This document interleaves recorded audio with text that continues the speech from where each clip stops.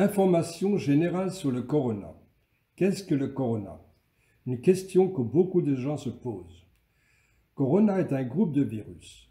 Ce groupe comprend également le virus du SARS-CoV-2 qui s'appelle aujourd'hui corona. Il a été observé pour la première fois en Chine fin 2019. Chez l'homme, il pénètre dans les poumons par la gorge, se multiplie et affecte les cellules, entraînant une mauvaise respiration et un manque d'oxygène dans le sang, ce qui est donc très dangereux. La maladie déclenchée était appelée Covid-19.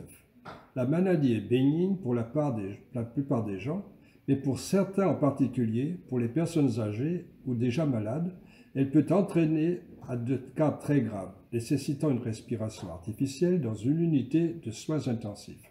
Certains peuvent en mourir. Comment pouvez-vous être infecté par le virus?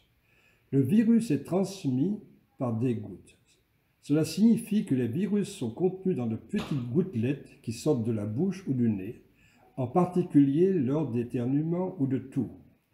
Si d'autres personnes inhalent ces gouttes, par exemple, parce qu'elles ont été trop proches les unes des autres, elles peuvent être infectées.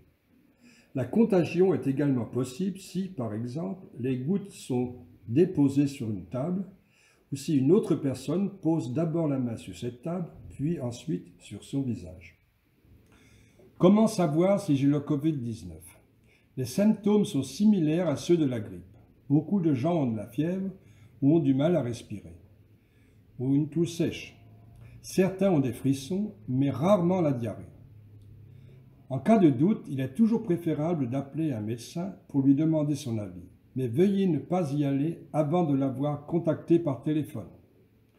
Le problème à ce stade est qu'il existe encore de nombreux cas de grippe qu'il n'est pas toujours facile de différencier. Attention au Covid-19, vous pouvez être contagieux sans même remarquer que vous êtes malade. C'est pourquoi il est très important pour les gens de garder leur distance. Plus les personnes sont éloignées les unes des autres, moins elles sont susceptibles d'être infectées.